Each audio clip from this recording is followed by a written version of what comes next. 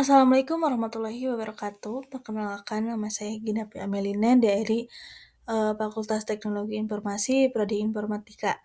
Dengan adanya video ini untuk memenuhi tugas ujian akhir semester Kapita Selecta Metode Penelitian, di mana saya mengambil judul analisis algoritma random forest untuk klarifikasi tingkat stres mahasiswa berdasarkan faktor akademik dan gaya hidup. Nah, deteksi dini stres mahasiswa dengan algoritma random forest. Studi kasus yaitu akademik gaya hidup mahasiswa di informatika. Nah, what is mental health? Mental health, emotional, psikologi, and social well-being. Kesehatan mental yaitu mencakup kesejahteraan emosional, psikologis, dan hubungan sosial kita. Affect how we think, feel, and age, mempengaruhi bagaimana cara kita berpikir, merasa, dan bertindak. Influence how we handle stress, relate to other, and make you choice. Bagaimana sih kita mempengaruhi bagaimana cara kita menghadapi stres, berhubungan atau berkomunikasi dengan orang lain, dan cara mengambil keputusan kita. Importance at every stage of life. Penting di setiap tahapan kehidupan kita loh. Pentingnya kesehatan mental yaitu dampaknya merusak fokus dalam harian dan pengerjaan selama kita ngerjain tugas. Terus stres tidak hanya di pikiran tetapi berdampak langsung ke tubuh kita dan dapat mengganggu kuliah kita. Kemudian strong mental health, better quality of life.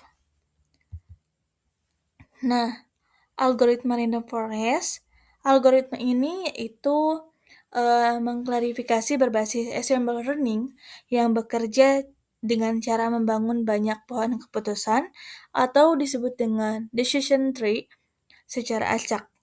Dataset dibagi menjadi beberapa subsampel secara acak atau bisa disebut dengan bootstrapping. Setiap subsampel melatih satu pohon keputusan secara mandiri. Semua pohon memberikan prediksi masing-masing dan alhasil akhir dari ditentukan lewat pemungutan suara terbanyak atau bisa disebut dengan majority voting.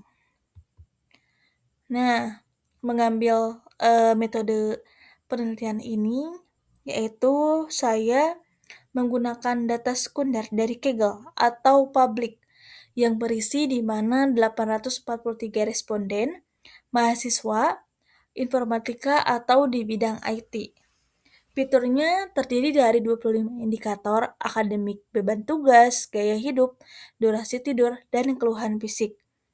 Pembagian data ada 2, menjadi 80% data latih sebanyak 674 sampel dan 20% data uji sebanyak 169 sampel. Tahapannya yaitu pengumpulan data, pemrosesan anomali nama dan NIM, kemudian pelatihan model dan evaluasi. Akurasi global, model mencapai akurasi sangat tinggi sebesar 94,8%. Kelebihannya yaitu precision sempurna, mencapai 1 pada kelas distress tidak ada salah deteksi pada mahasiswa yang benar-benar stres atau kronis. Kelemahannya yaitu nilai rekal kelas non stres rendah dan sebanyak 0,11 karena modelnya terlalu bias akibat ketidakseimbangan data atau class imbalance pada dataset. Nah, faktor dominan pemicu stres yaitu saya menggunakan nilai Gini Importance, yaitu ada 3 indikator stres terkuat. Adalah palpitasi jantung berdebar sebanyak skor 0,0602 gejala fisik, kemudian frekuensi sakit kepala skor 0,0525 gejala fisik, kompetensi teman sebaya skor 0,0502 tekanan sosial. Nah, stres akademik bukanlah hal yang abstrak di pikiran.